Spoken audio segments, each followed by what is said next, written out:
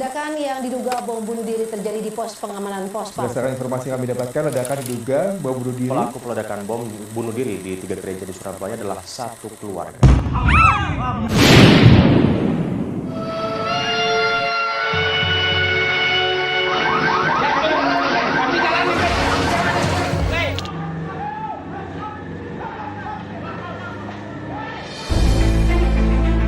Dalam bidang pertahanan keamanan, kita juga harus tanggap dan siap menghadapi perang cyber, menghadapi intoleransi, menghadapi radikalisme, menghadapi terorisme, serta menghadapi ancaman kejahatan-kejahatan lainnya, baik dari dalam maupun dari luar negeri, yang mengancam persatuan dan kesatuan bangsa kita.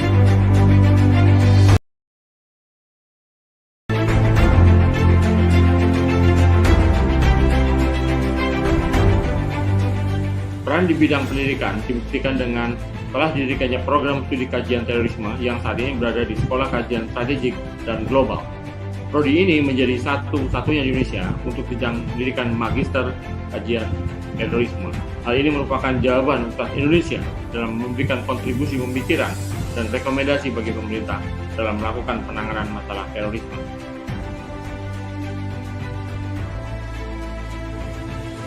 Isu penanggulangan terorisme sehingga mampu memberikan informasi yang akurat dan dapat dipertanggungjawabkan. Keakuratan dan kredibilitas informasi diharapkan mampu membuat segenap bangsa Indonesia pada posisi selalu dalam kewaspadaan yang tinggi terhadap gangguan teror dalam kehidupan bermasyarakat. Dengan alasan apapun dan dengan kondisi bagaimanapun, khususnya pada masa sulit, masa pandemik seperti saat ini. Isu terorisme memang apalagi di kajian teror ya bukan hal yang baru lagi karena hampir setiap saat kita bergelut dengan isu-isu ini. Penelitian kita lakukan, tesis-tesis seputar terorisme juga sudah ada beberapa yang publis di jurnal internasional, di proceeding internasional. Kemudian kajian teror sendiri punya jurnal tersendiri untuk terorisme ini.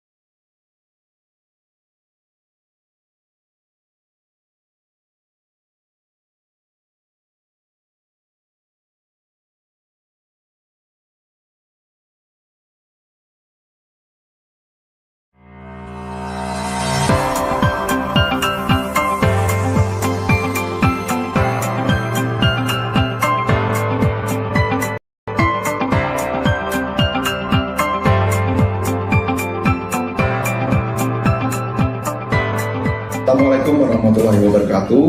Nama saya Ardhiana Walanda. Saya adalah alumni program studi kajian terorisme SKSG UI angkatan 2017. Program studi ini telah membuat saya mampu mengasah pengetahuan dan ketajaman metodologi keilmuan secara lintas disiplin dan juga memberikan kesempatan bagi kita untuk berdiskusi tatap muka dengan para dosen, pengajar, dengan para guru besar UI, para mitra lembaga lintas negara, dan tentu para mahasiswa dari berbagai lintas disiplin. Assalamualaikum everyone. My name is Muhammad Ans. I'm from Pakistan. Right now I am in Indonesia and I am doing masters in Universitas Indonesia. Why did I choose to learn about terrorism in Indonesia? Indonesia is a good country and Indonesia's counter-terrorism approach is very unique as compared to other countries in the world. Assalamualaikum, perkenalkan saya Teddy Indra Wijaya, mahasiswa S2 program studi kajian terorisme di Universitas Indonesia. Latar belakang saya adalah perwira TNI Angkatan Darat dan berdinas di Sekretariat Negara. Semoga ke depan semakin banyak dari rekan-rekan yang ingin belajar dan masuk di program studi kajian terorisme di Universitas Indonesia. Halo, nama saya Yohanes Genus Putusan Jaya. Saya ASN di Direktorat Jenderal Bea dan Cukai, alumni kajian terorisme UI, lulus 2020. Yang saya rasakan manfaat kuliah di KT adalah networking. Bagi saya ASN, networking saya selama berkuliah di KTUI membantu koordinasi dan sinergi saya ketika kembali ke dunia kerja, terutama dengan institusi yang terkait penanganan teror seperti BNPT, Densus, Imigrasi, PPATK, dan lain-lain. Assalamualaikum warahmatullahi wabarakatuh. Saya Muhammad Sofila, Ketua Program Studi Kajian Terorisme Sekolah Kajian Strategik dan Global Universitas Indonesia. Perkembangan terorisme dewasa ini membutuhkan perhatian dari pakar yang berasal dari akademisi dan praktisi. Kami mengajak Anda semua, pemerhati kajian terorisme, radikalisme, ekstremisme, untuk bergabung menjadi bagian dari keluarga besar kajian terorisme Sekolah Kajian Strategik dan Global Universitas Indonesia. Mari bergabung di kajian terorisme Sekolah Kajian Strategik dan Global Universitas Indonesia dengan klik alamat website yang tertera di bawah ini. Terima kasih. Wassalamualaikum warahmatullahi wabarakatuh.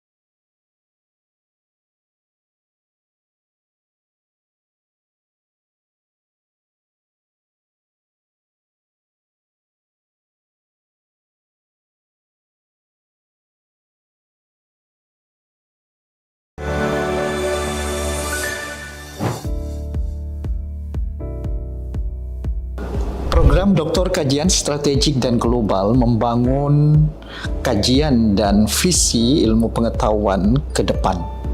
Berpikir strategik sejatinya adalah berpikir ke depan. Kalaupun harus berpikir sejarah dan pengalaman masa lalu, dalam kerangka strategik maka masa lalu dan sejarah itu harus diproyeksikan ke depan. Tidak cukup visi itu dibangun berdasarkan masa depan saja, tapi kajian strategik dan global harus memiliki visi globally dan internationally outlook ke depan. Itulah yang kami bangun dari visi program studi ini. Saya Yang Yani, mahasiswa asal Tiongkok, pilih belajar di program Doktor Kajian Strategi dan Global Universitas Indonesia. Nah, pilihan saya tepat karena S3 KSG UI menyediakan pembelajaran dalam berbahasa Inggris, Perancis, dan Arab. Tidak ada hambatan bahasa bagi mahasiswa asing untuk belajar di S3 KSG UI. Saat ini, saya dan 4 kawan saya yang lain menulis disertasi dalam bahasa Inggris. Dosen UI lebih dari cukup untuk membimbing kami dalam berbagai bahasa. Terima kasih. Nama saya Rudi Gobel. Saya peserta program Doktor Angkatan 1B Sekolah Kajian Strategis dan Global Universitas Indonesia. Program studi ini bagi saya merupakan pilihan yang tepat ya, karena beberapa pertimbangan. Pertimbangan pertama adalah karena program ini menjanjikan pembelajaran dengan pendekatan yang multidisiplin dan lintas disiplin. Kemudian yang kedua adalah linking antara apa yang dipelajari di kelas ya dengan apa yang kita lihat di dunia luar yang sedang terjadi. Nama saya Katarina Ani Sulistiawati, mahasiswa program S3 Jalur Riset SKSG Angkatan 2020. Melalui program ini, saya dapat mengakses jurnal-jurnal internasional dan buku-buku terbaru, mengikuti kuliah-kuliah yang terkait dengan topik disertasi, serta berdiskusi dengan teman-teman dan dosen-dosen yang luar biasa. Semua ini dapat saya ikuti secara online dari rumah.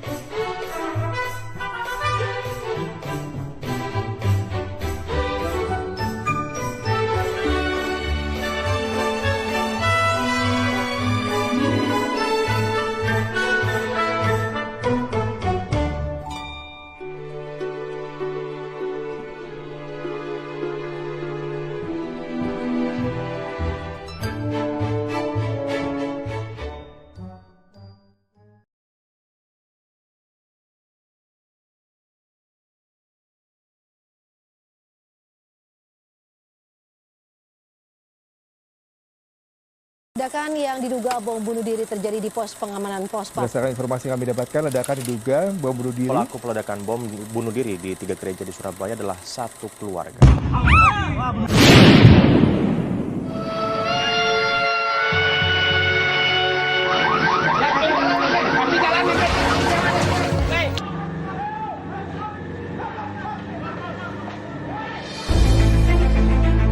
Dalam bidang pertahanan, keamanan, kita juga harus tanggap dan siap menghadapi perang cyber, menghadapi intoleransi, menghadapi radikalisme, menghadapi terorisme, serta menghadapi ancaman kejahatan-kejahatan lainnya, baik dari dalam maupun dari luar negeri, yang mengancam persatuan dan kesatuan bangsa kita.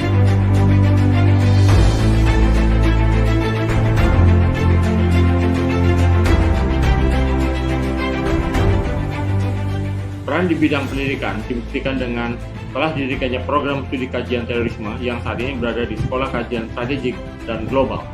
Prodi ini menjadi satu-satunya di Indonesia untuk jenjang pendidikan magister kajian terorisme.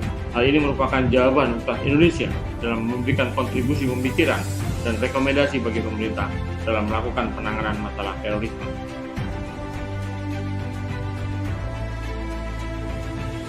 Isu penanggulangan terorisme sehingga mampu memberikan informasi yang akurat dan dapat dipertanggungjawabkan. Keakuratan dan kredibilitas informasi diharapkan mampu membuat segenap bangsa Indonesia pada posisi selalu dalam kewaspadaan yang tinggi terhadap gangguan teror dalam kehidupan bermasyarakat. Dengan alasan apapun dan dengan kondisi bagaimanapun, khususnya pada masa sulit, masa pandemik seperti saat ini. Isu terorisme memang apalagi di kajian teror ya bukan hal yang baru lagi karena hampir setiap saat kita bergelut dengan isu-isu ini. Penelitian kita lakukan, tesis-tesis seputar terorisme juga sudah ada beberapa yang publis di jurnal internasional, di proceeding internasional. Kemudian kajian teror sendiri punya jurnal tersendiri untuk terorisme ini.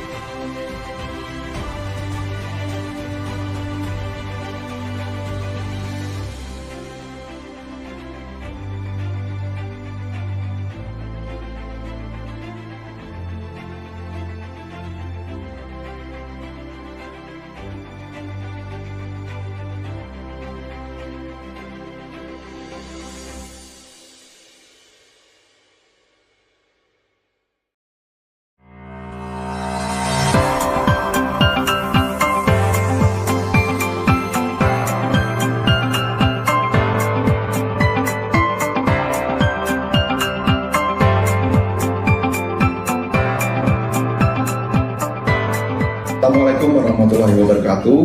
Nama saya Ardhiana di Walanda. Saya adalah alumni program studi kajian terorisme SKSG UI angkatan 2017. Program studi ini telah membuat saya mampu mengasah pengetahuan dan ketajaman metodologi keilmuan secara lintas disiplin dan juga memberikan kesempatan bagi kita untuk berdiskusi tatap muka dengan para dosen, pengajar, dengan para guru besar UI, para mitra lembaga lintas negara, dan tentu para mahasiswa dari berbagai lintas disiplin. Assalamualaikum everyone. My name is Muhammad Ans. I'm from Pakistan. Right now I am in Indonesia and I am doing masters in Universitas Indonesia. Why did I choose to learn about terrorism in Indonesia? Yeah, Indonesia is a good country and Indonesia's counter-terrorism approach is very unique as compared to other countries in the world. Assalamualaikum, perkenalkan saya Teddy Indrawijaya, mahasiswa S2 program studi kajian terorisme di Universitas Indonesia. Latar belakang saya adalah perwira TNI Angkatan Darat dan berdinas di Sekretariat Negara. Semoga ke depan semakin banyak dari rekan-rekan yang ingin belajar dan masuk di program studi kajian terorisme di Universitas Indonesia. Halo, nama saya Emeritus Putusan Jaya. Saya ASN di Direktorat Jenderal Bea dan Cukai, alumni Kajian Terorisme UI, lulus 2020. Yang saya rasakan manfaat kuliah di KT adalah networking.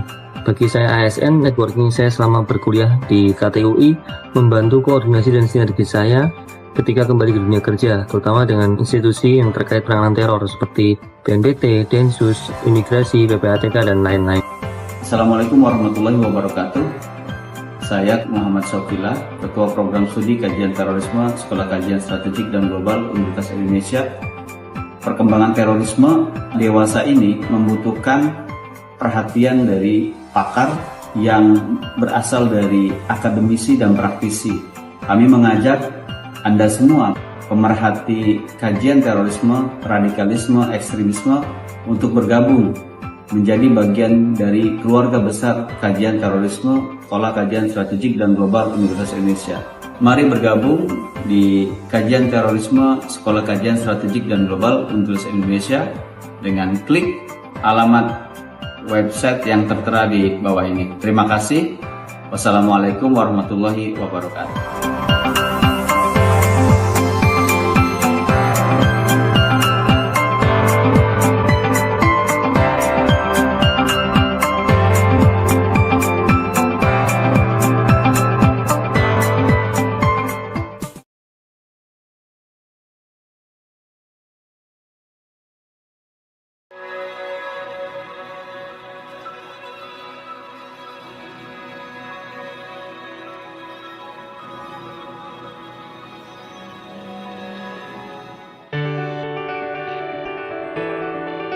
Asia, with its vast and steady growth, has turned itself into the leader of global economy.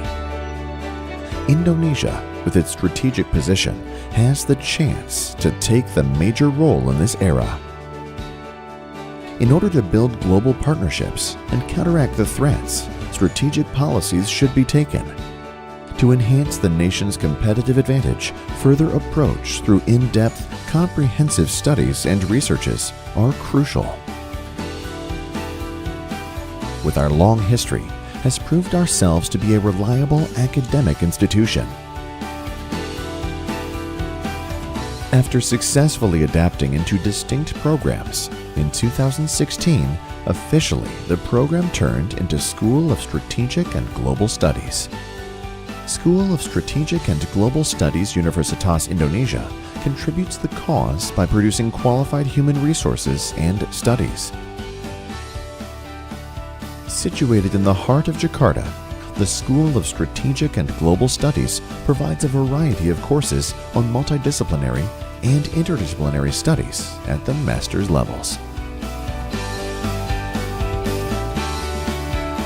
In my humble opinion, I can say that I have a good impression at the first sight. An atmosphere and ambience here support us to gain more and achieve more other than merely classes and handouts.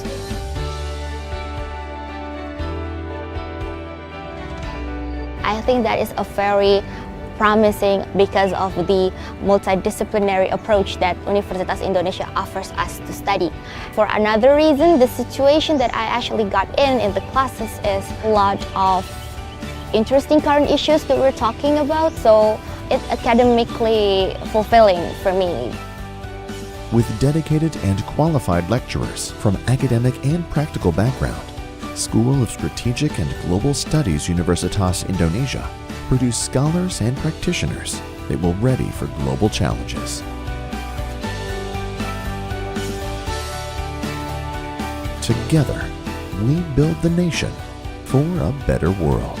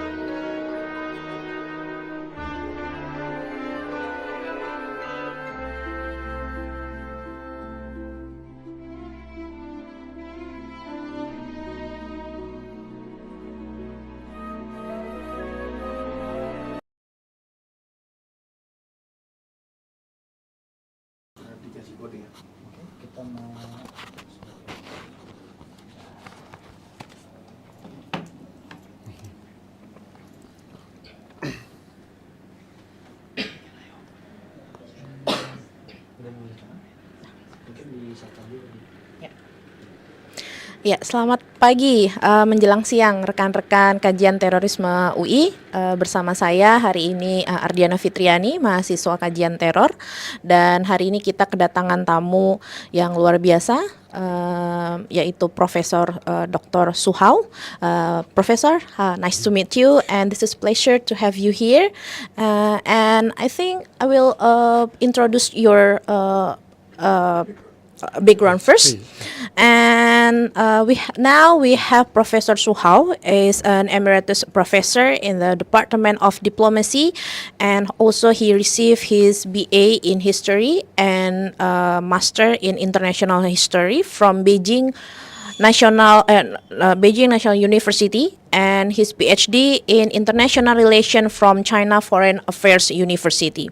And also he has a lot of achievement as a founding director of Center for Strategic and Peace Studies at the China Foreign Affairs University, and also he was a chair of Diplomacy Department and director of China's Foreign Relations Section, and also as a president of Beijing Geopolitical Strategy and Development Association, and also he is as a member of Chinese Committee for Council of Security Cooperation in the Asia Pacific and Pacific Economic Cooperation Council, and also member of China Foundation of International and Strategic Studies China Association of Arms Control and Disarmament, Pacific Society of China, and also he is a member of Research Committee of International Organization for Peace Building, Interpeace in Switzerland.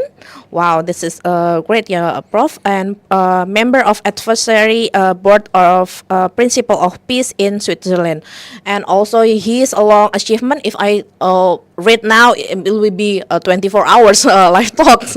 And also his specialty are diplomatic history of China, China's foreign and security policy, strategic studies and regional studies, international relations in the Asia Pacific region as East Asian integration. So that's a very great background, which is inspire us. So Prof, could you tell us about more of foreign policy, China foreign policy, especially because our discussion today on terrorism studies also. But before we go to the terrorism aspect, so could you please share to us how China foreign policy see the regional strategic agenda and also the region and geopolitical perspective, please. All right, thank you. It's my great pleasure to be here, invited to join in this group, right, in their class of the students studying on the terror, right, anti-terror, right. So, but as a Chinese professor in my university, focused on the Chinese foreign policy in general. And of course, I also do quite a lot of research work and the training program for Chinese students, Chinese diplomats, and foreign diplomats. Actually, some of my students from Indonesia. And I remember 10 years ago, I also was giving a lecture here on this campus. So I'm pleased to be back to join you in this class. And first of all, let me introduce my university for a while, so that you know something about my university. And then I will introduce something of my research about the China foreign policy in general. And then we can discuss about the Chinese policy on the terror. My university was the name of China Foreign Affairs University, which is under the Foreign Ministry of Chinese government. So we are part of Chinese Foreign Ministry. So myself, I also join in some Chinese diplomatic activities. But also my major job is as a professor to give the teachings course for the students, Chinese students and foreign students, actually. So my university is very unique in China because we are under foreign ministry. So we have a special training program and educational program for the students much focus on their international relations and diplomacy. Of course, international relations is a broader spectrum of the studies in international regarding on international society. And so we have the 5 departments within my university. Number 1 is Department Diplomacy. Was my teaching there. I was the head of this department before. And number 2, we have the Department of International Law. It much focus on the legal studies based upon the international background. And we have the Department of International Economics, much focus on the international economic issues, particularly the trade, finance, and investment.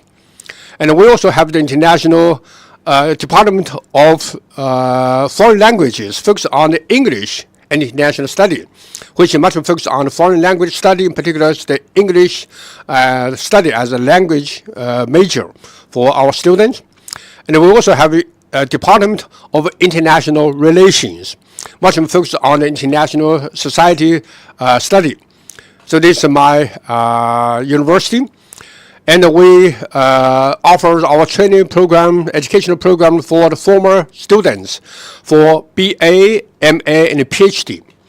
So I have a student from Indonesia, actually, who are studying international relations for the master degree. And we also offer quite a lot of training programs for the Chinese diplomats and foreign diplomats.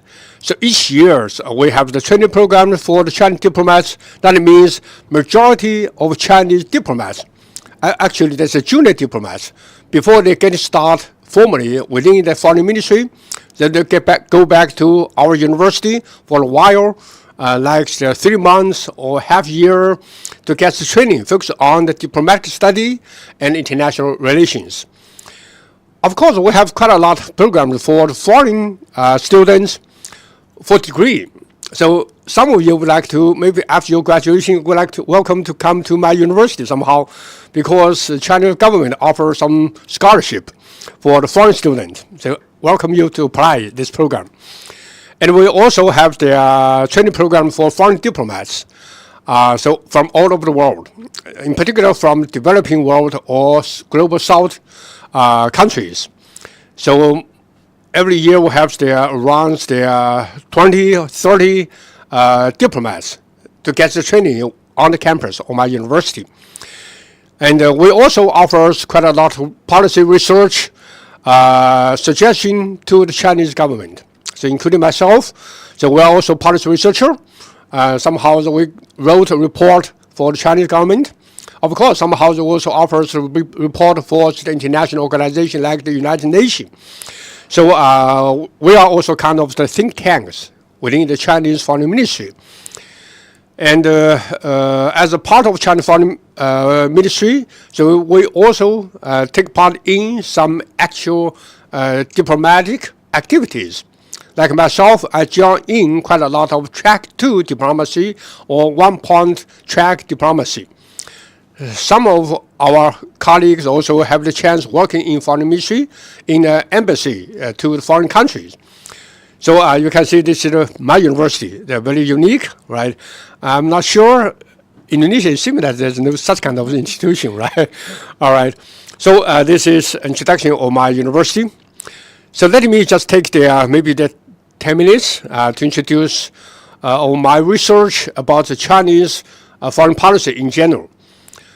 You know, China is, of course, is a big country and has very important influence in international affairs.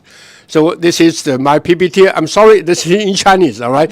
But the title of this PPT is the Chinese President Xi Jinping's Diplomatic Thoughts and the big powers, Chinese as a big power regarding our foreign policy in a new era. So this is the title of my lecture. Because it's very long, so I just try to make it shorter. So please, next. This contents of the lecture, but because quite a lot intensive introduction about China foreign policy, so we have enough time. Otherwise, that will be 3 hours. All right. But this is the first. That will be introduction something about the Chinese foreign policy. Regarding our strategic thinking, the determining of Chinese foreign policy. And then we have the Chinese relation with other major countries in this world, in particular Chinese-American relation, and Chinese foreign policy toward our neighborhood, because we are the Asian country, in particular in East Asia, including North and Southeast Asia. So China will have very intensive policy about our neighborhood, including Indonesia. And we must focus on our role to promote their regional integration in East Asia. And of course, China is a major country in Asia as a whole, so our location is within the center of Asian continent. So our relation not only focus on the East Asia, but also focus on the Central Asia, South Asia, and North Asia. So we try to promote the grand integration in the whole of Asia. And then China, we are also the developing country, same as Indonesia, right? So as the biggest developing country in this world, in particular our economic capacity, so we are laid our foundation on the developing world. I think it's not developing anymore. Right. Now we're talking about the global south. So China is a major country of global south, right? So we're much focused on these aspects. And China will have their grand strategic proposal to enhance our cooperation, to promote our integration in the whole of the world with the initiative we call the Belt and Road Initiative. So by this way, we try to make China to connect with other countries in this whole of the world. Of course, in particular, the country in Southeast Asia and China and Indonesia, as a big country in this region. So we try to enhance our connection with each other. So by means of their project investment, like the Jakarta and the Bandung high-speed train. This is the key of their project to enhance our cooperation between the country and in the region. Of course, China as a major country in this world, so we have a grand pattern designed for China to take the role in this kind of we called new kind of international relation and global society. So this is grand pattern of China. So let me just make it shorter. Please just make it quicker. Maybe because too long. Maybe make it in a. It's too long. Just last of this part, maybe go right. Go. Yeah, next. Just next. Yeah, no, next. I'm sorry. Yeah, next. We have the grand pattern for you, right? Next. Okay, goes up. All right. Yes. So this is grand pattern for us to understand Chinese foreign policy. Actually, as a Chinese scholar, I try to make this simple pattern for us to understand Chinese foreign policy. So this grand building of Chinese foreign policy, of course. So we can see that we have the very solid foundation to support our foreign policy. At the bottom, this is the pillar for Chinese foreign policy. Of course, as a nation state, we also must focus on the Chinese national interest as a starting point for our foreign policy. Because in this world, any country in this world, or every country in this world, just focus on to safeguard the national security and broader the national interest. Right? So this is starting point for our Chinese foreign policy to safeguard our national security, development, and the international interest. This is starting point, or this is solid foundation for our Chinese foreign policy. This is the first level of Chinese foreign policy for our starting And the second level is the Chinese grand strategy, we call it, or in other words, we have grand strategic goal to determine the direction of Chinese foreign policy, even the Chinese, national evolution within the whole of the world. So we say that we have the grand dream, national dream, to rejuvenation of Chinese nation in this world. In the past years, 100 years ago, even though China is a big country, but in the colonial time, determined by the Western power. So China is a part of the, colonial system, determined by the West, like Indonesia, right? Indonesia also at that time is colonial, ruled by the Dutch, or later on by the Western power. So China is quite, determined or influenced by the West. So 100 years ago, China is very weak. So we think that now China is rise up. We are becoming the, very much developing country. So we have tried to rejuvenate as a major country in this world to go back to its national position in this world. So this is our grand dream, to rejuvenation of Chinese as a nation in this world. So we're on a way to be rejuvenation, to rise up. Of course, Indonesia is also rise up, right, as a major role in the developing world. So this is the second foundation for Chinese foreign policy. And within the system of Chinese foreign policy, we have there two pillars. One is pillars for the Chinese foreign policy manages the bilateral relation in the whole of the world. Of course, regarding the bilateral relation, as a major country in this world, so we much focus on other major countries in this world, or in other words, big powers, like Chinese enhance our relation with the United States. As a major country in this, two biggest country in this world, so Chinese-American relations is very important within our Chinese foreign policy. So as you know, that at the moment, China and the United States, we are engaged quite a lot in this current international system, right? Of course, unfortunately, sometimes American side try to define China as a so-called strategic competitor, all right? So China has also enhanced United States has enhanced its, so-called confronting behavior against China. So make China and the United States somehow have the confrontation, or from American side, take some kind of the, so-called grand strategy to depress China, unfortunately.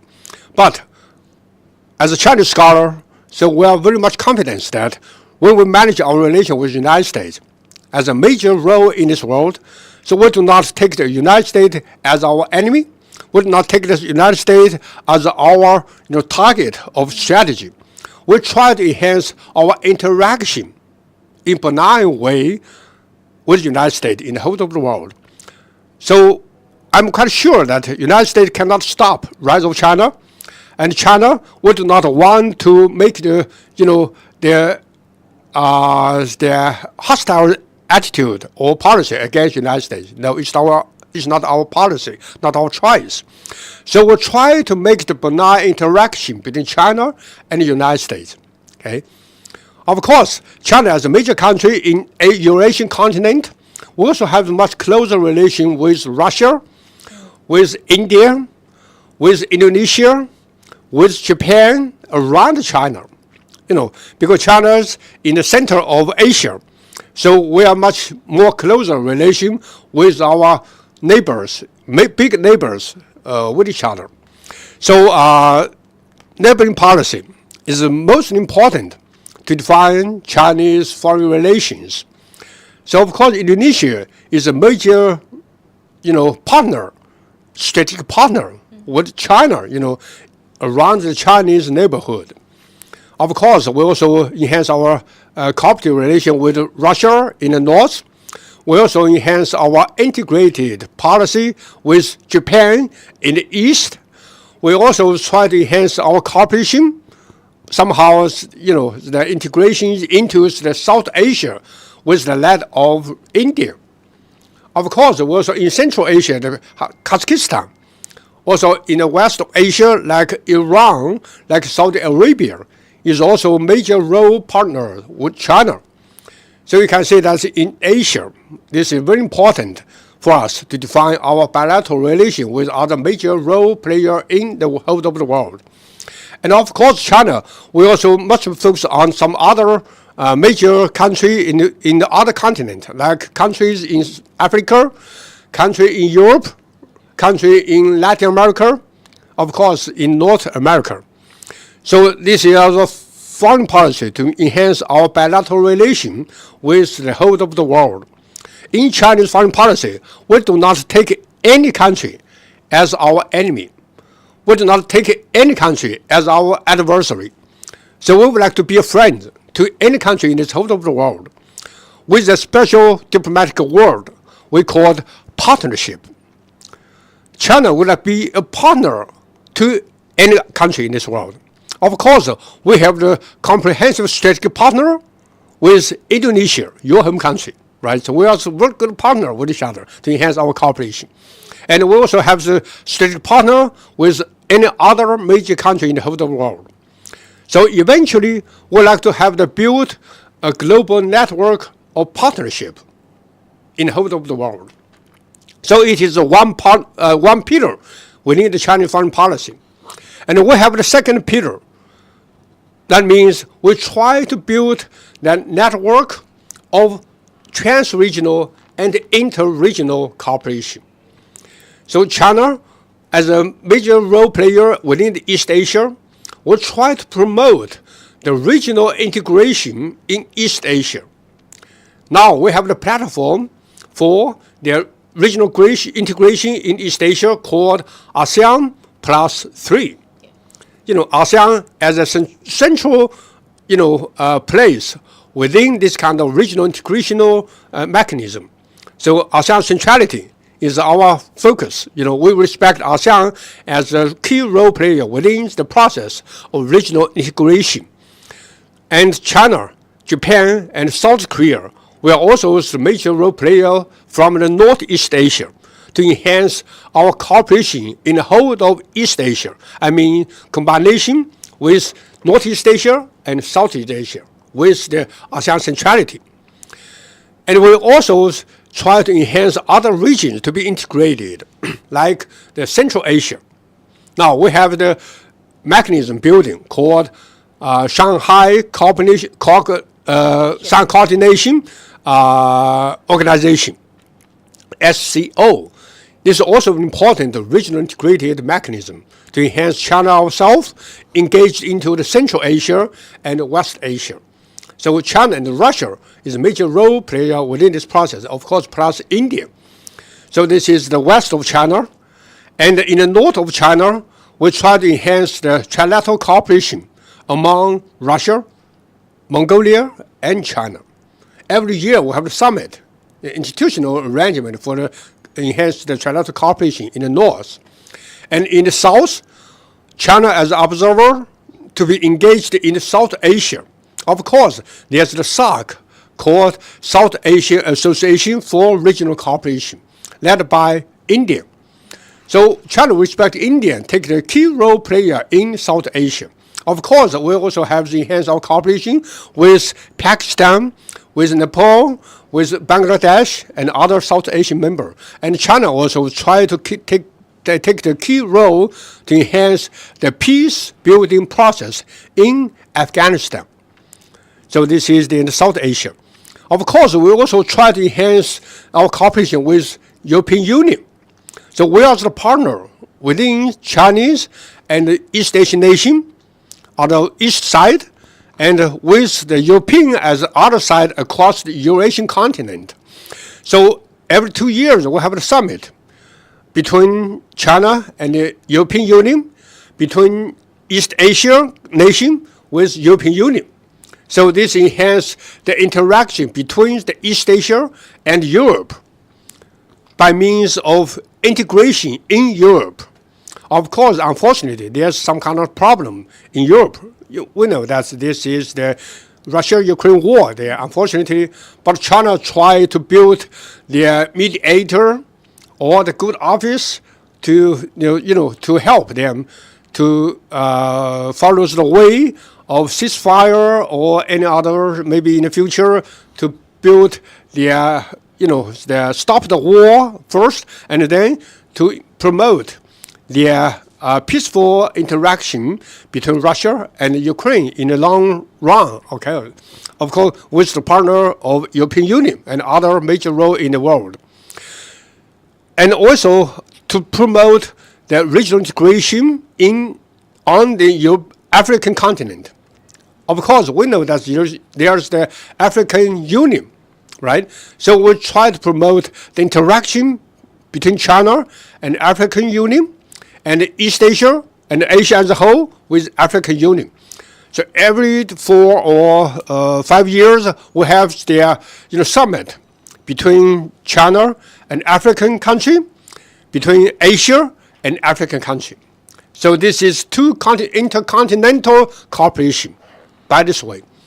We also have the interaction with Latin America. We have the institutional arrangement we call the FILAT. It means the East Asia and the Latin Americans ministerial meeting. So every 2 or 3 years we have interaction with African, Latin American continent. Of course, we have an APEC with East Asia and North America. So this is also very covers the whole of the world, to be integrated into the grand pattern of global network for the interaction between the continent, between the regions. And then Chinese, we have the Belt and the Road Initiative as a war to build the linkage or covers these two pillars together as a whole of Chinese foreign policy system. And then we have this picture, this slide. We can see that Chinese leader, President Xi Jinping, have the 3 proposals for the globe. 1 is Global Development Initiative. 2, the Global Security Initiative. 3, the Global Civilization Initiative. So by these 3 initiatives to enhance their multidimensional cooperation with the whole of the world. By this way, we try to lay the solid foundation for their global governance. So the global governance is the key word to define the Chinese grand pattern of foreign policy. And eventually, we have the roof in this building of China foreign policy called the Human Community of Shared Future. That means this is ultimate goal for Chinese foreign policy with our foreign countries to work together, to cooperate with each other for the eventual new style of international relation with this kind of the human community of shared future in the future, by this way. And within this kind of the community, we'll try to enhance the solid foundation to rejuvenate the whole civilization of human being. Southeast Asia, Indonesia, you have the very solid, comprehensive civilization, or kind of the unity with diverse culture, right? So Islamic culture, Hindu culture, and Confucius culture, even Christian culture, in Indonesia.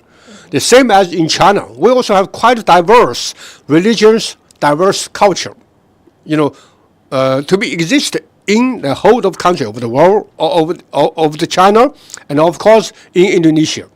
So civilization is a very key role in the new process of a new style of international relation construction. So Chinese President Xi Jinping years ago has a great proposal for the new style or new form of human civilizations to be built up.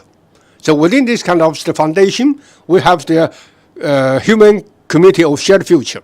So this grand pattern of Chinese foreign policy. If this kind of foreign policy to be realized in the whole of the world, work with the other countries in this world. So we have the new type of international relations. Okay, so this grand pattern of Chinese foreign policy, it is easier for you to understand. And next page, please. Now, so China will have the 3 levels of the Chinese foreign policy and our foreign relations.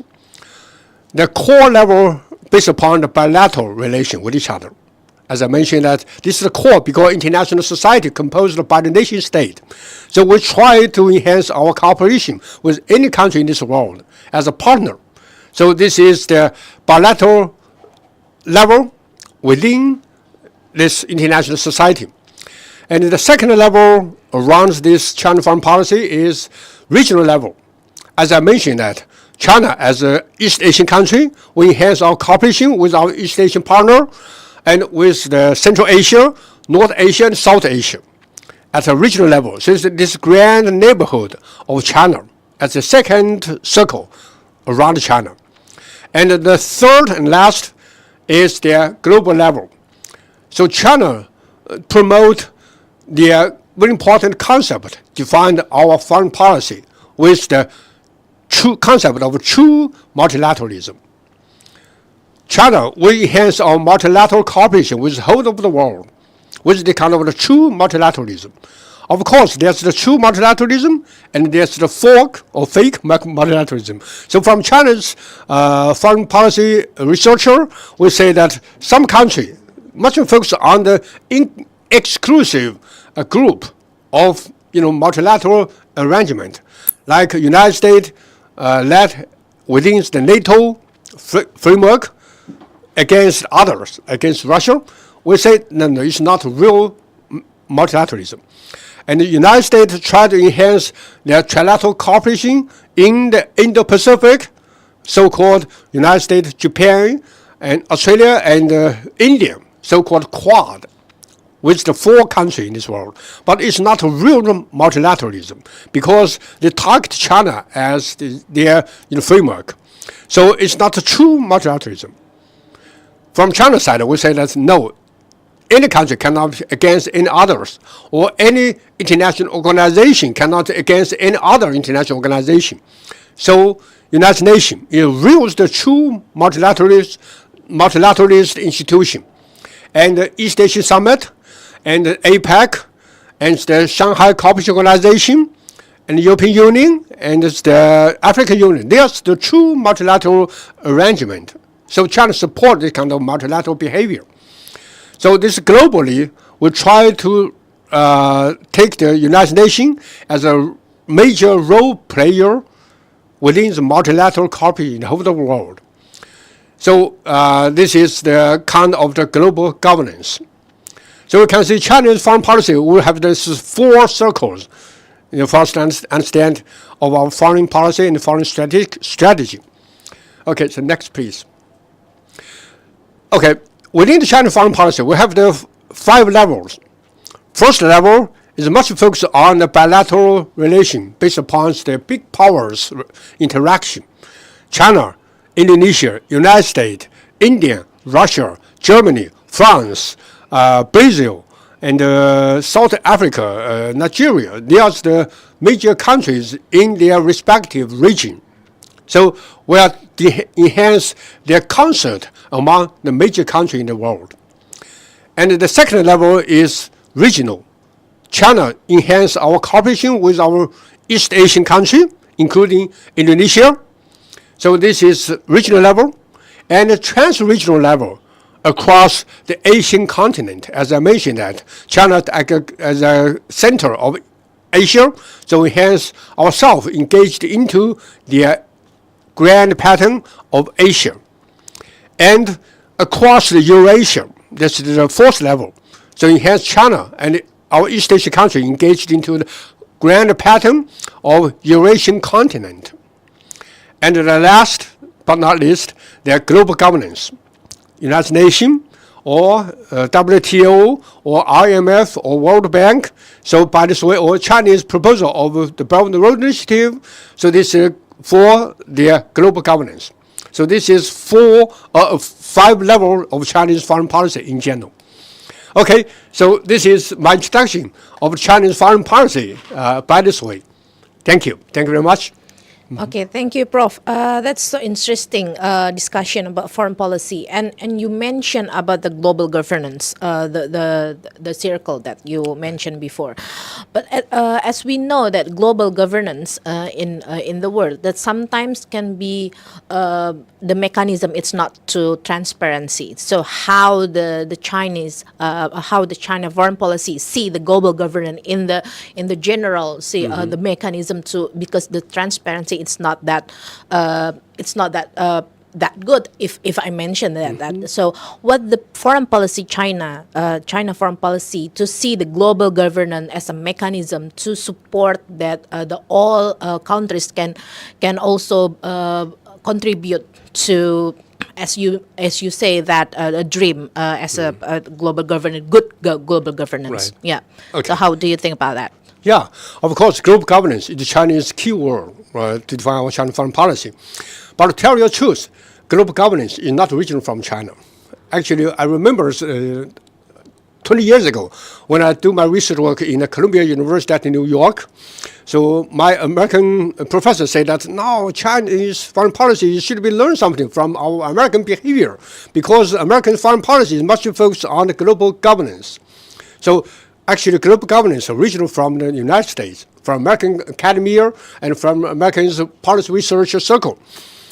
But now we can say that it's not very much talking about the global governance within the Western society, within the society of academia, right? But China, we borrow this kind of concept from the West, but now become the key concept of Chinese foreign policy.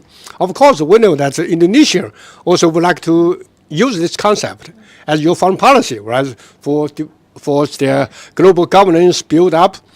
So I think that's first, this is the original from the West, but we learn from the West and then take it as our foreign policy keyword. We can say that China is opening our door, even our foreign policy concept from to the whole of the world. We can learn something from the West first, and the second, regarding the global governance. So for China, we say that this global governance should be transparent to the whole of the world, as you mentioned, the transparency, right? The problem is that at the moment, regarding the global governance, or so-called multilateralism, United States at the moment, try to solidate its so-called global, superpower or hegemonic pattern to dominate the whole of the world by means of so-called multilateral way across the Atlantic. So United States enhanced the solid foundation for the NATO build-up, right, as a military alliance system. Target some country like Russia at the moment in the background of the Russia-Ukraine war, and indirectly maybe China becomes the target. So even though they did not talk about China as a target, but in nature, somehow functionally, this make this problem between China and NATO. So we say that it's not transparent, by this way, right? And of course, in the Indo-Pacific area, United States will build a Quad. For what? Well, some talking quite a lot about the competition from China. So they take the Quad, as a grand framework around China. So China becomes a target, even though they did not say openly, right? So this is something not very transparent. But from China's side, we say that regarding global governance, we should be transparent to any country within any international organization and international institution. So transparency regarding global governance is very important, okay? So this is a true multilateralism from China's world, right? And the third, I would say that regarding global governance, Chinese leader already have the 3 proposals, as I mentioned, that the global development, global security, and the global civilization. These are the 3 aspects in our international community construction. This is very important. So we try by the three world to enhance the economic cooperation, to build the peaceful environment in this world, and then we can enhance the cultural and civilizational interaction in the whole of the world. So this is also the kind of the three dimension define the Chinese concept of global governance. I would say that's any country should be followed this kind of way. So that's this just, this is equal, and this is open to any country to engage into the process of the global governance. It's my answer to you. Okay, thank you, Prof. As you mentioned also about the multilateralism, about multi-level strategy to the other countries also, and you also mentioned about the Shanghai Cooperation Organizations, which is, as I know that CSO also mentioned about anti-terrorism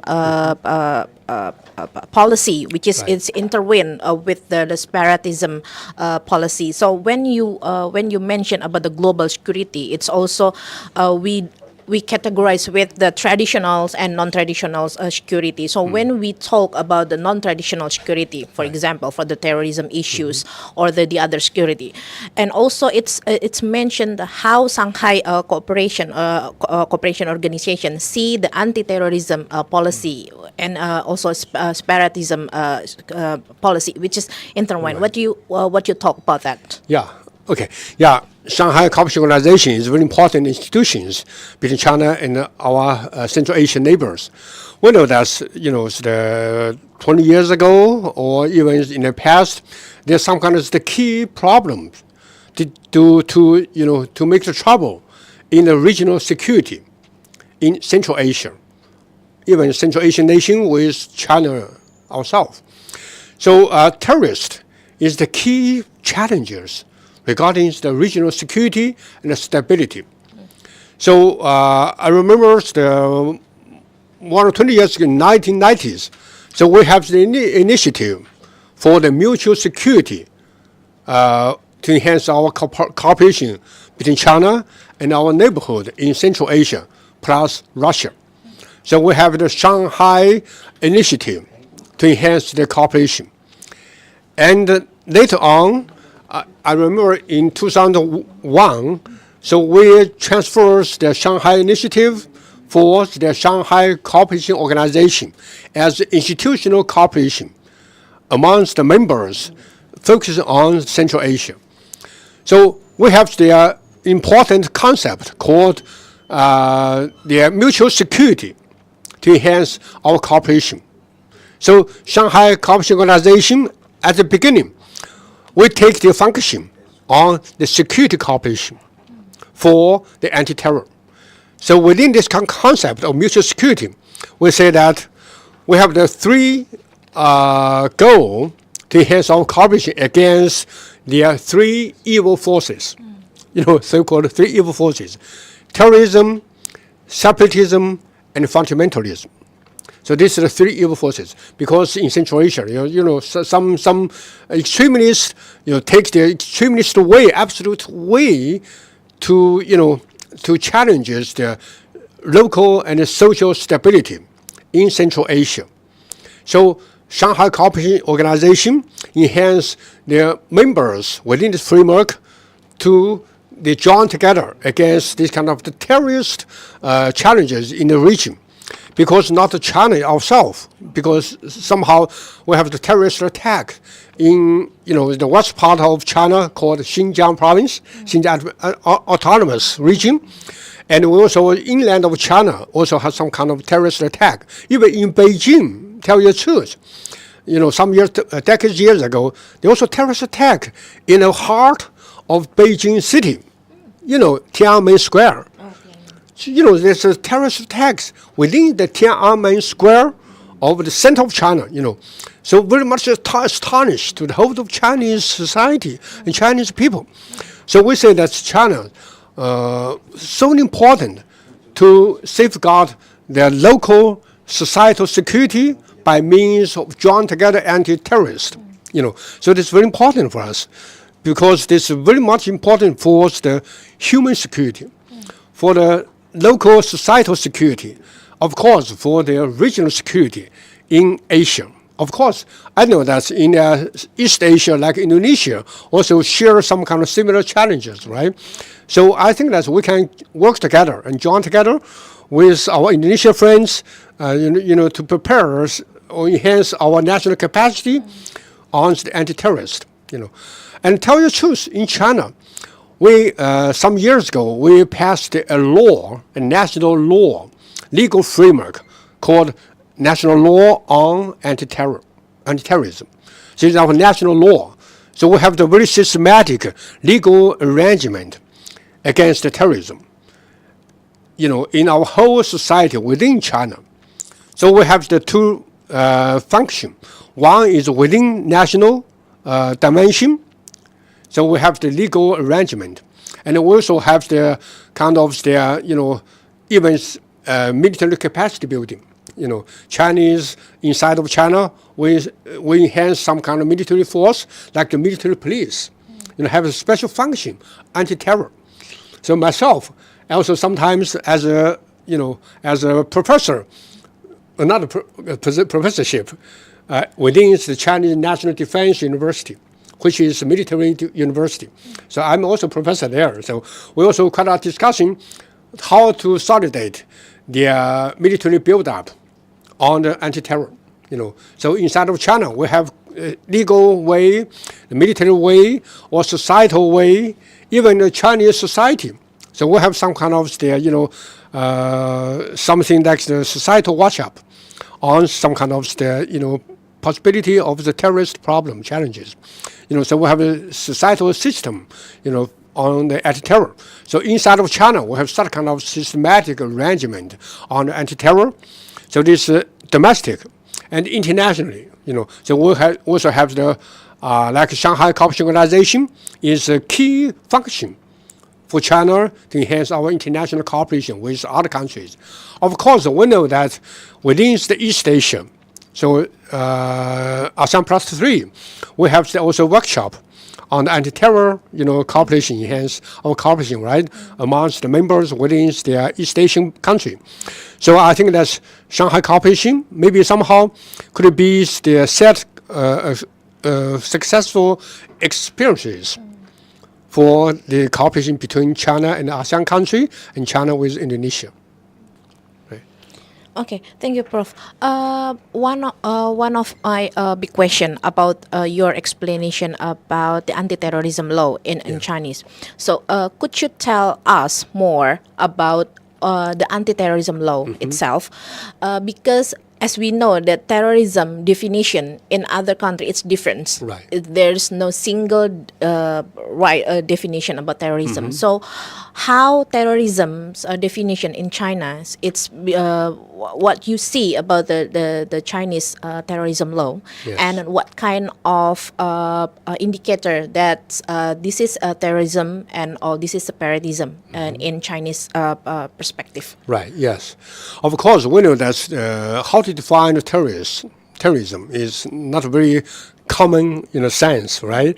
Because different countries have different problems, different challenges, and also terrorist. How to define terrorism is somehow very much sensitive, right? Because it is related with some kind of identifies the terrorist or identifies the innocent person or even the normal community within the society. So we should be careful to define the terrorist. Inside of China, we have another concept to safeguard our national security called public security.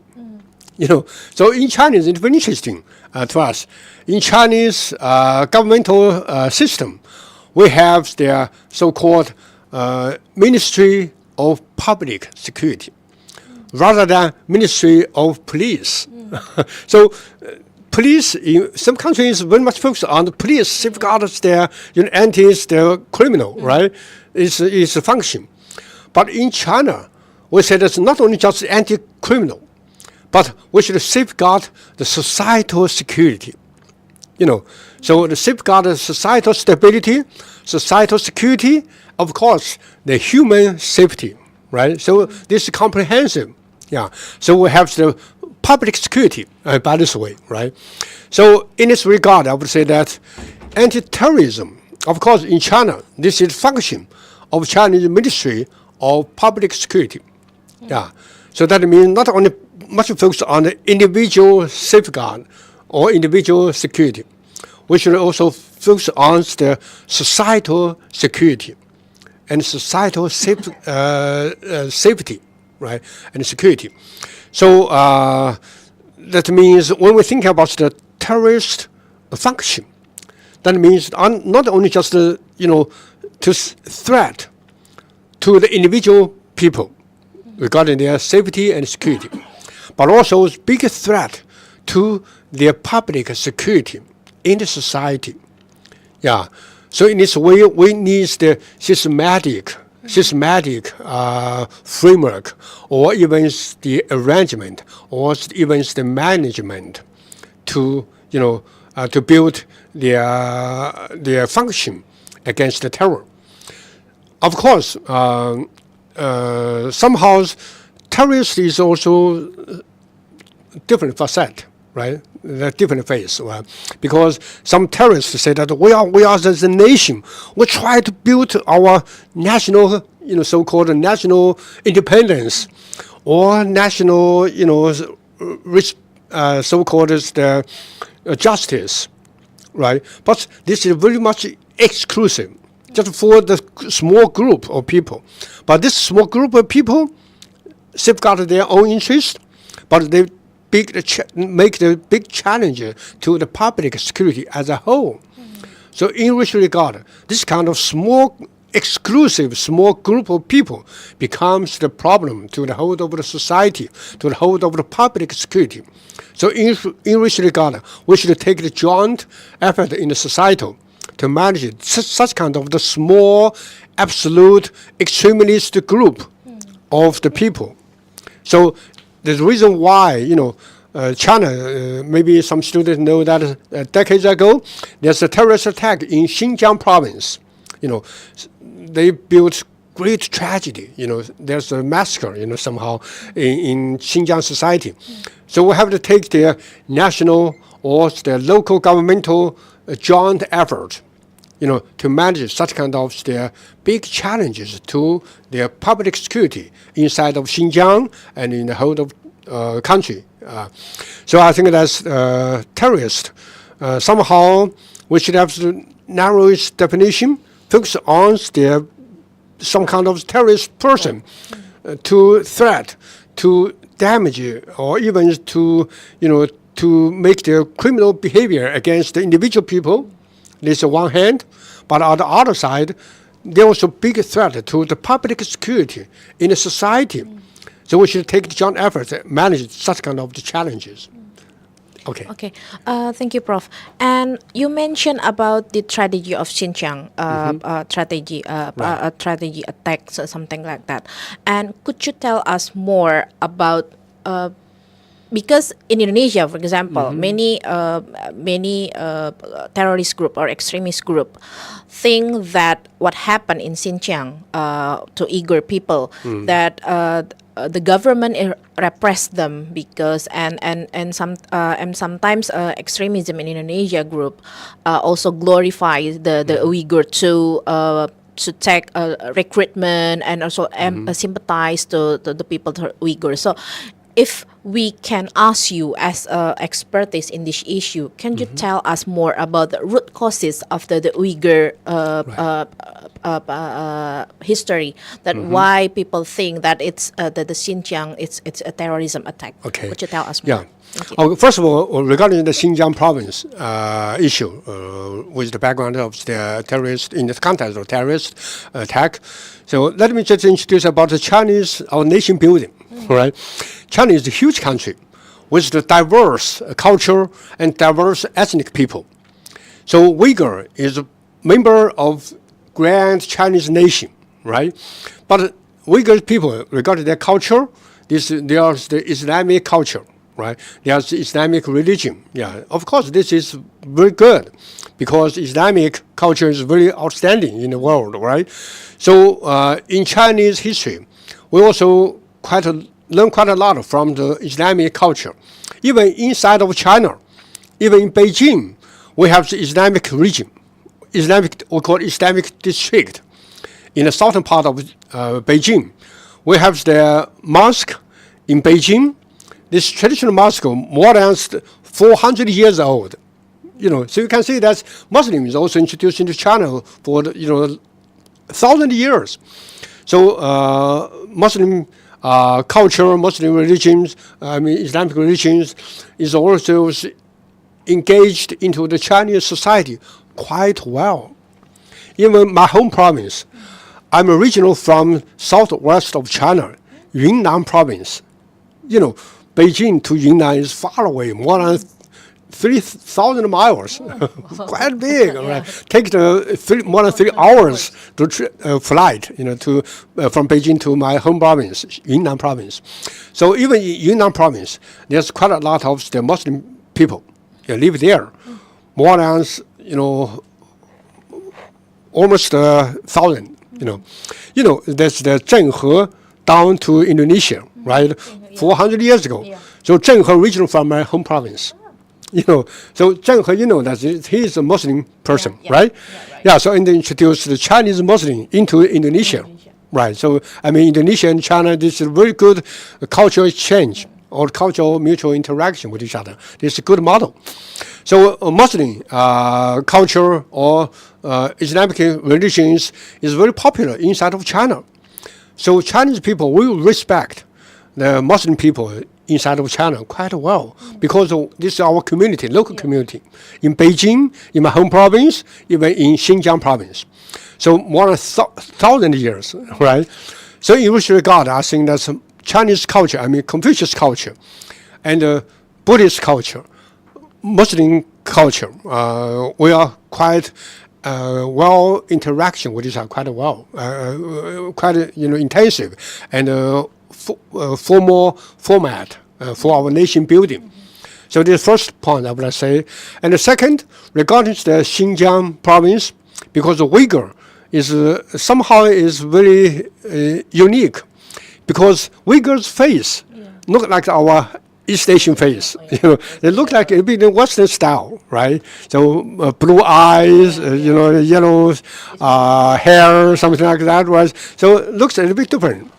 But it's even the Uyghur people live in Xinjiang more than 1,000 years. So that means these two ethnic people interaction with each other for a long time of history. So Uyghur in China is the local people. They are not from the West, not from the West Asia or Middle East. No, it's not true.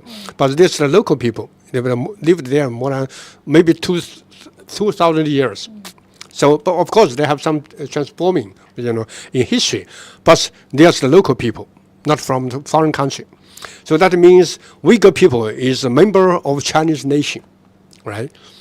And the second, I would say that, so China's, as a citizen of China, Uyghur people as a citizen of China, they have their own responsibility to safeguard the whole of the nation's national security, right? So they have their own responsibility, like myself, as a Han people, we also have my own responsibility to safeguard the national security, right? So Uyghur people is the same, So we share the mutual responsibility for their national development and national security.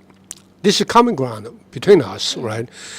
But unfortunately, somehow, as I mentioned, when we're talking about Shanghai Cooperation Organization, so some Uyghur peoples, it's the smallest exclusive group, as I mentioned at the beginning.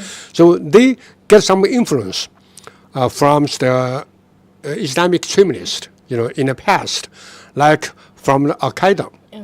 They get the training in Al-Qaeda. Osama bin Laden is at the head of that, right? Or they join in some so-called soul war against the secular society, right, in the Middle East. So they get some military training in that area. And even some Uyghur gets training from the West.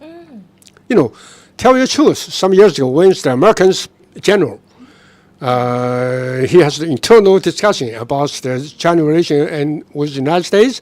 So he said that the United States have a secret strategy to influence, even to offer some training program for some extremist Uyghur, against China.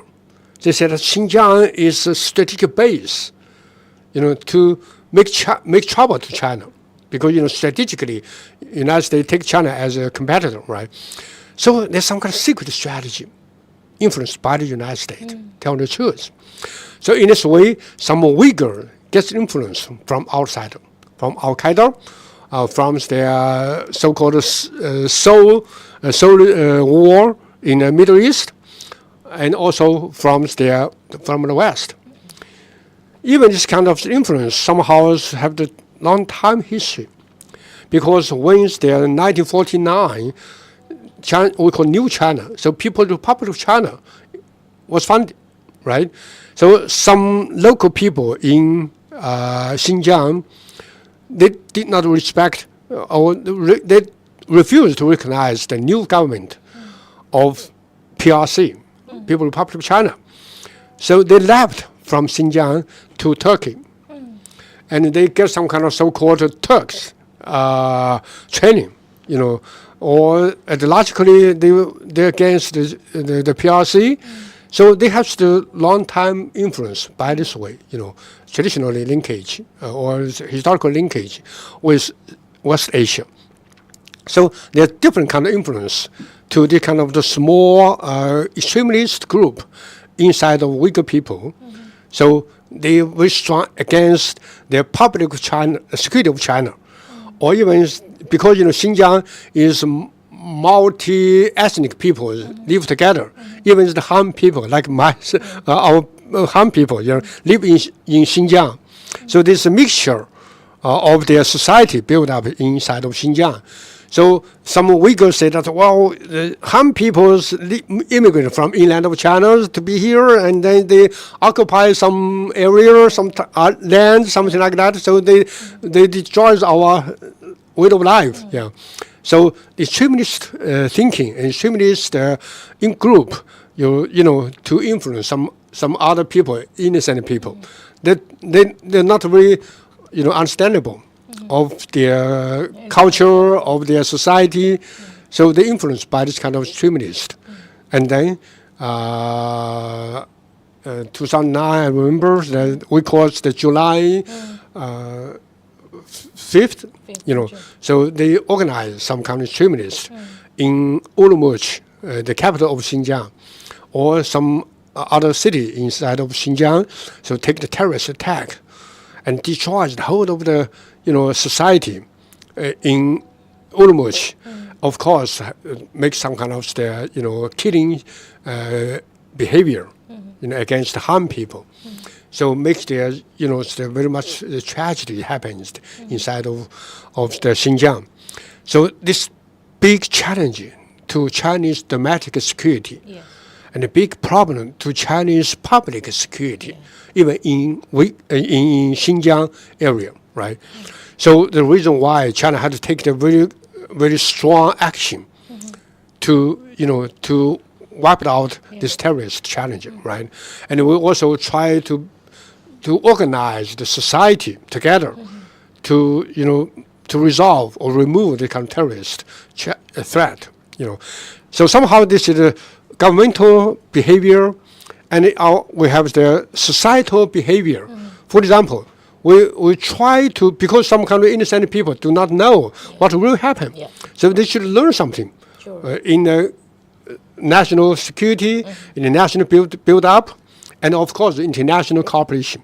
So we organize some kind of the training program for some innocent people of the Uyghur, or even we have some kind of school, inside of school, inside of university, to enhance our teaching, our education in a right way.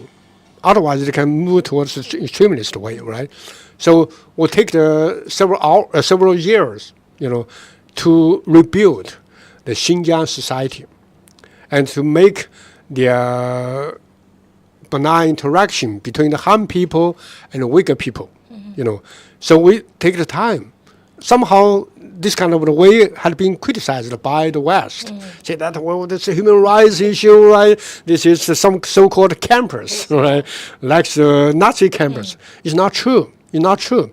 Because they always have this some kind of mirror image from Nazi behavior. But in China, it's not true.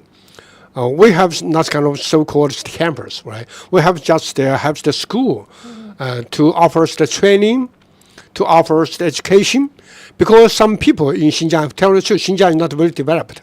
Even in the south part of Xinjiang, I've been there before. This is a rural area, this countryside, this the agriculture area. So we have to give the training for their job, for their good skill, and then they have the good job and to make the money, and then they have the good life. But in the past, because they're underdeveloped, they haven't a job, they cannot earn the money, so they have to do some extremist way. So by this way, they get the skill, and then they have the training for this new skill or technology, or even education, and then they get engaged into the economic development in Xinjiang, and then they can make the money, so they can have a better life. So this way, this is not so-called extremist behavior or violates the human rights. It's not true. Yeah. So now, if you take the time to Xinjiang, 2 years ago I was in Xinjiang, very safe, very developed. China invests quite a lot to Xinjiang province, so make this region very developed quite well. So Xinjiang now is very safety area, and Xinjiang is very beautiful because Xinjiang is very huge. So it's beautiful for tourists. So many Chinese tourists or foreign tourists would like to come to Xinjiang to enjoy the life there. So welcome you to Xinjiang, right, if you like. Well, I would love to, Prof. So I have more questions about when we deal about the terrorism issue, we deal about the hard approach and soft approach. So I would like to more elaborate about the hard approach and soft approach that China see in this issue. But before that, we can take a break, and buat teman-teman semuanya yang punya pertanyaan kepada Prof Suhao, silahkan kirim komentar di bawah untuk bisa dibacakan. Kita take a break sebentar.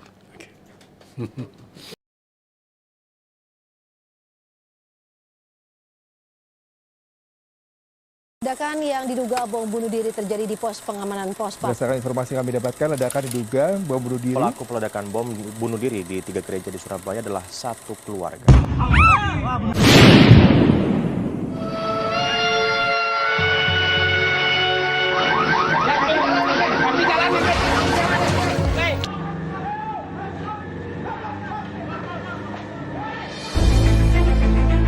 Dalam bidang pertahanan, keamanan, kita juga harus tanggap dan siap menghadapi perang cyber, menghadapi intoleransi, menghadapi radikalisme, menghadapi terorisme, serta menghadapi ancaman kejahatan-kejahatan lainnya, baik dari dalam maupun dari luar negeri, yang mengancam persatuan dan kesatuan bangsa kita.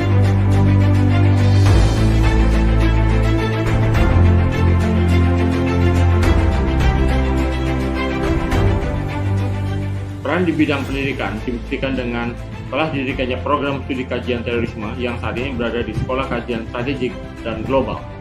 Prodi ini menjadi satu-satunya di Indonesia untuk jenjang pendidikan Magister Kajian Terorisme. Hal ini merupakan jawaban Universitas Indonesia dalam memberikan kontribusi pemikiran dan rekomendasi bagi pemerintah dalam melakukan penanganan masalah terorisme.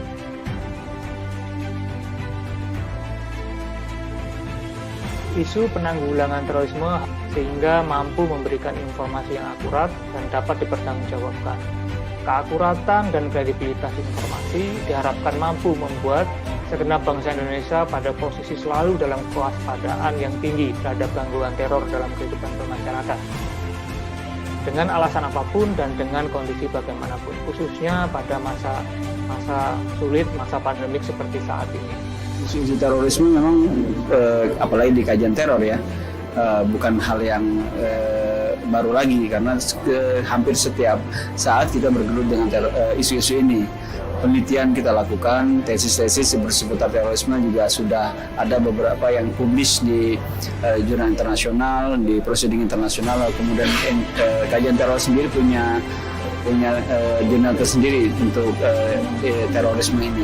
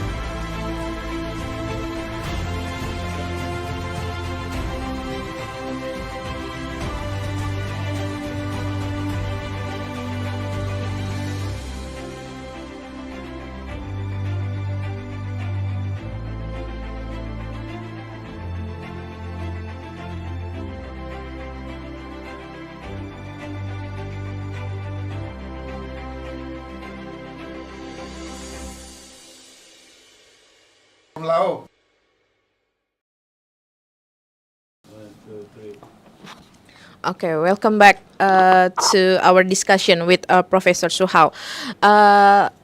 Yeah, Prof, like I said before, we want to learn about how the government, China government, to handling the terrorism issue, which we have a hard approach and soft approach. So maybe you can elaborate more about the soft approach. How can civil initiative can bring a contribution to prevent more casualties of the extremist group, and also how about the radicalization process? If you know about how the ex-offenders can back to the community, how the government about handling this, so we can learn from China's perspective. Right. Please. All Prof. Right. Actually, to tell you the truth, myself, my personal experiences before, I'm originally from southwest of China, Yunnan province. As I say that in my home province, there's also quite a lot of Muslim people live there. And I remember, so when I was young, I'm getting older, when I was young, as the less 20, so my home province also happens there, terrorist attack. I remember in 1975, a long time ago. But in my home province, Yunnan province, also it's the terrorist attack, So myself, because at the time I also involved within their training program for terrorists. Even I was young, but I'm an artist many years ago. So I also, in my home province, I also offers the training program for their terrorist education. And by artist way, So this is my personal appearances, more than 50 years ago, actually. So long time, almost long time ago. And I also was in Xinjiang province. Some years ago, I traveled whole of Xinjiang, because Xinjiang is very big huge land, take the drive from north to south for 2 days. Very long area, right? So I traveled around Xinjiang some years ago. So personally, I also have personal experiences to engage into some kind of the interview with local people, like Uyghur people, or like the Chinese local officer. So I have some personal experience or observation about the Chinese, we call it management on terror, anti-terrorist. Yeah. As a personal understanding and observation, in my explanation of Chinese policy, right, manages the terrorist issue, we have maybe 3 levels. The first is governmental level. So on the governmental level, we have the 3 ways to enhance the governmental level. I mean, national government, not the governmental level, right? As a national government level, first we have to try to build a theoretical framework for our policy decision making. So China actually terrorist is the new word. Before we have some kind of the terminology defined this kind of a way. So we learned this kind of terrorist terminology from the West, because so-called terrorism, this terminology originated from the West, right? So we also China wants to learn something from the West by this way, because we know that the terrorists, Western society also have some challenge with this kind of terrorist attack, right? So by this way, we try to build a systematic theory of anti-terror, not only academic but also policy theory, to build the systematic dimension to define the terrorism. So China, we have the books. If you like, maybe somehow we can exchange with each other some books on anti-terror, or even some kind of strategic design for our anti-terror at the governmental level. Yeah, so we have the solid foundation for the theoretical framework for the anti-terrorism issue. This is the theoretical way, right? And the second is policy way. Policy way, that means China, we have the national governmental build-up. So as I mentioned, that we have the Ministry of Public Security. So within the Ministry of Public Security, we have the terrorist, special office to build up on anti-terror. Before we have a static office, now we have the special office on the anti-terror. And then we have the governmental network, not only Ministry of the Public Security, but also the Ministry of Foreign Affairs. My ministry, right, also has the special office. We have the Bureau of the Security, domestic security within the Foreign Ministry. We call it that's domestic security, actually, even within the Foreign Ministry. Yeah, but we have also manages the security interaction domestically and internationally. Yeah. And we also have the military defense ministry, also has a special office. So we built a network at the governmental level, to have the joint efforts systematically manages anti-terrorist affairs. Yeah, and we also have their, in armed way, right? So means, of course, military force is part of anti-terror, but in China we have a very special sector of military force. We call it military police.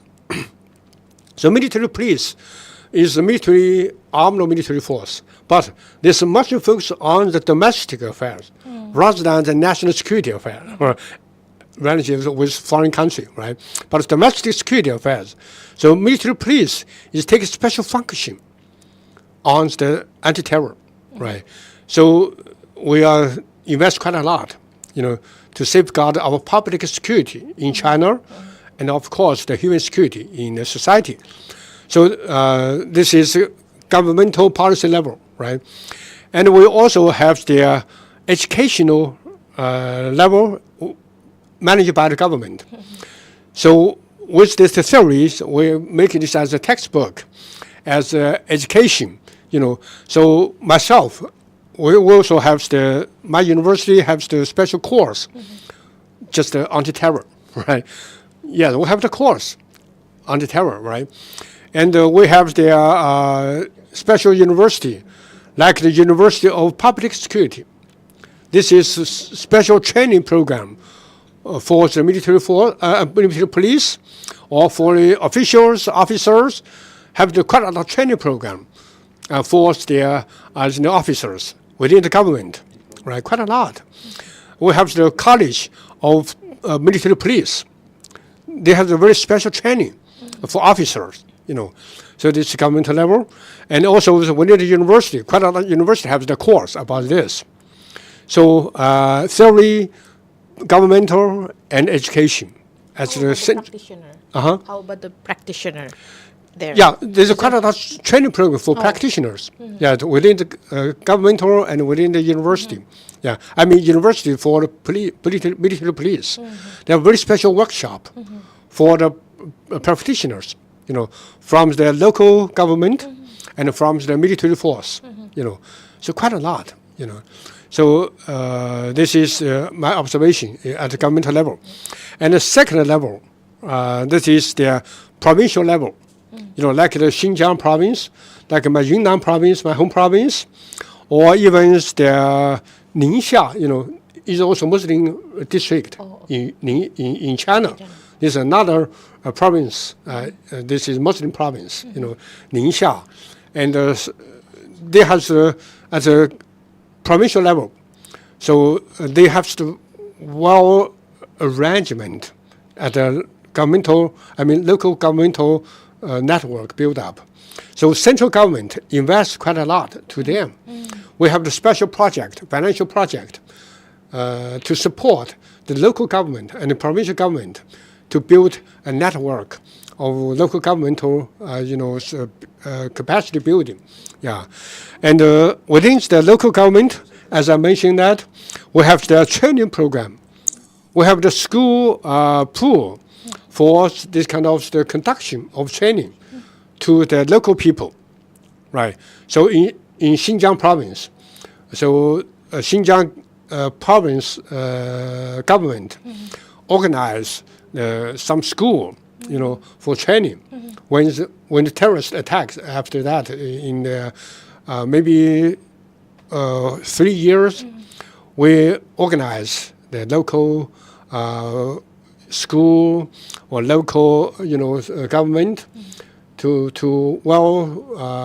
build up the trainings for some kind of we call maybe some people, innocent people, but their mindset is oriented towards the terrorist, extremist.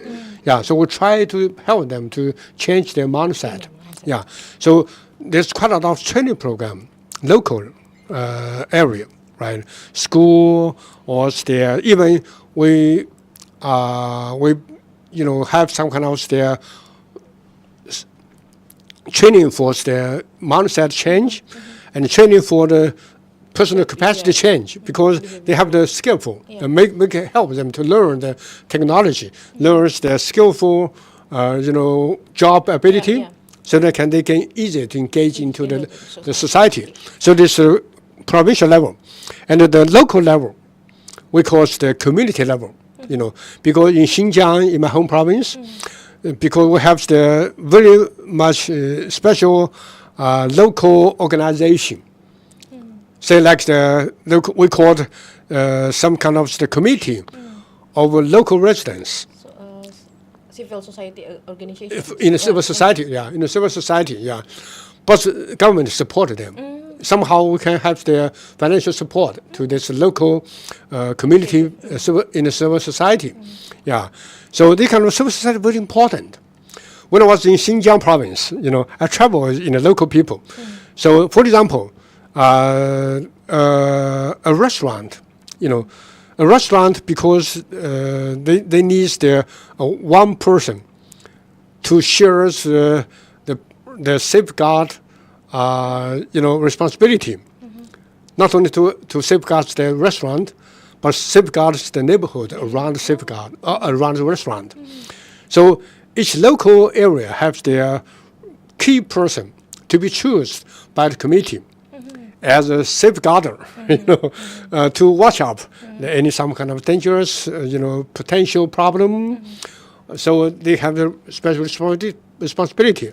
So these kind of people have the special training, right? Special training, even though they have the special equipment, like the shell, safeguard himself, right?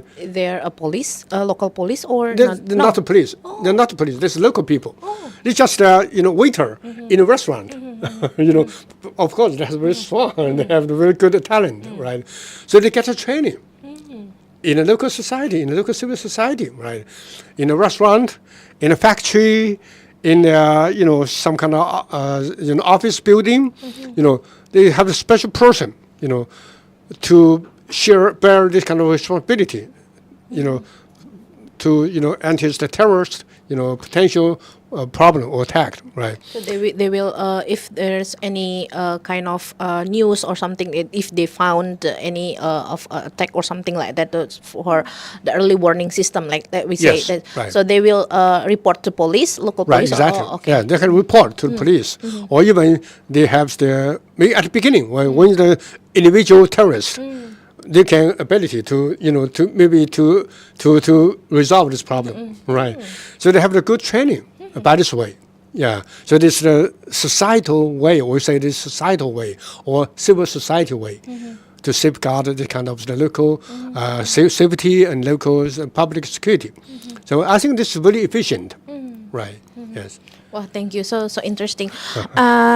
And Prof, before we close, because we have a limited time, I know a lot of people want to ask you more question, but if I may, one more question from my friends who are watching this video, and also direct text me for one question about, in Indonesia, China has a big investment in Indonesia, and also as we know that Indonesia, we also dealing with the extremist group and a terrorism attack, something like that. So how China see this kind of security issue in Indonesia as for the economic investment or something like that? Yes. Maybe you can tell us more. Yes, yeah. Because China, we have very good cooperation with many countries in this world in the framework of the Belt and Road Initiative, right? So Indonesia is the key partner with China, right? So Chinese company invest quite a lot inside of Indonesia, right? Tell the truth, the day before yesterday, I take the high-speed train, right? I met a Chinese manager, over the station of the high-speed train. So I talked to him. So he also said that he himself engaged into the local people, local society quite well. So he also said that it's necessary for the Chinese company, for Chinese even some kind of financial sector to engage into the local people, local society. So maybe that's the very unique case, not in Indonesia, but in other countries, Afghanistan. China also invests into the Afghanistan, into the Pakistan. So, some terrorists, very serious problem in these two countries, right? Afghanistan and Pakistan, right? Of course, unfortunately, some years ago, there was terrorist attack on Chinese, staff of the Chinese company, right? So some people have been killed, by the terrorists in Pakistan, right? So China's government paid importance on this kind of things. Try to enhance the cooperation, not only for the governmental level, but for the local level, at the provincial or even the civil society level, to enhance their good safeguard, system build up. Yeah. So Indonesia, I would say that maybe the Chinese government and the Chinese company, and even like the manager of the high-speed train station, right? So they can have their very good not only official linkage, right, but also indirect linkage. I mean, unofficial linkage to with Indonesian local government or the local also partners of its companies, Indonesian company. So by this way, they have the systematic, the ability build up on the anti-terror. So these Chinese experiences successfully inside of China in Xinjiang province, but also would say that maybe in Indonesia, Chinese company also have built a systematic linkage with Indonesia working partner, so that by this way they have joined together to safeguard their public security and company security. In Chinese, we have the word called overseas interest, safeguard Chinese overseas interest. This also is very important for China itself and also for their cooperation between China and Indonesia. Okay. Thank you so much, Prof. And also thank you so much for being here. And then we come with the end of the session. So it's unfortunately our time is limited, but I think we want to learn more. And you said you also have a book, and many your research can also people here can search your research. And thank you so much. Terima kasih banyak buat para penonton yang sudah hadir di acara talk show Kajian Terorisme.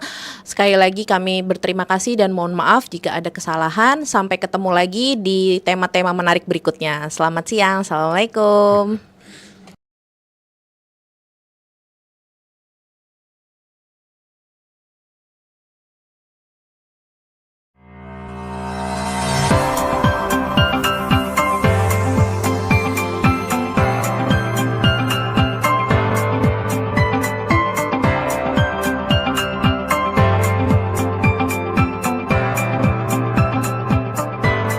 Assalamualaikum warahmatullahi wabarakatuh. Nama saya Ardhiana di Walanda. Saya adalah alumni program studi kajian terorisme SKSG UI angkatan 2017. Program studi ini telah membuat saya mampu mengasah pengetahuan dan ketajaman metodologi keilmuan secara lintas disiplin, dan juga memberikan kesempatan bagi kita untuk berdiskusi tatap muka dengan para dosen, pengajar, dengan para guru besar UI, para mitra lembaga lintas negara, dan tentu para mahasiswa dari berbagai lintas disiplin. Assalamualaikum everyone. My name is Muhammad. I'm from Pakistan. Right now I am in Indonesia and I am doing masters in Universitas Indonesia. Why did I choose to learn about terrorism in Indonesia? Yeah, Indonesia is a good country, and Indonesia's counter-terrorism approach is very unique as compared to other countries in the world. Assalamualaikum, perkenalkan saya Teddy Indrawijaya, mahasiswa S2 program studi kajian terorisme di Universitas Indonesia. Latar belakang saya adalah perwira TNI Angkatan Darat dan berdinas di Sekretariat Negara. Semoga ke depan semakin banyak dari rekan-rekan yang ingin belajar dan masuk di program studi kajian terorisme di Universitas Indonesia. Halo, nama saya Emeritus Putusan Jaya. Saya ASN di Direktorat Jenderal Bea dan Cukai, alumni Kajian Terorisme UI, lulus 2020. Yang saya rasakan manfaat kuliah di KT adalah networking. Bagi saya ASN, networking saya selama berkuliah di KTUI membantu koordinasi dan sinergi saya ketika kembali ke dunia kerja, terutama dengan institusi yang terkait penanganan teror seperti BNPT, Densus, Imigrasi, PPATK, dan lain-lain. Assalamualaikum warahmatullahi wabarakatuh. Saya Muhammad Sofila, Ketua Program Studi Kajian Terorisme Sekolah Kajian Strategik dan Global Universitas Indonesia. Perkembangan terorisme dewasa ini membutuhkan perhatian dari pakar yang berasal dari akademisi dan praktisi. Kami mengajak Anda semua, pemerhati kajian terorisme, radikalisme, ekstremisme, untuk bergabung menjadi bagian dari keluarga besar kajian terorisme Sekolah Kajian Strategik dan Global Universitas Indonesia. Mari bergabung di kajian terorisme Sekolah Kajian Strategik dan Global Universitas Indonesia dengan klik alamat website yang tertera di bawah ini. Terima kasih. Wassalamualaikum warahmatullahi wabarakatuh.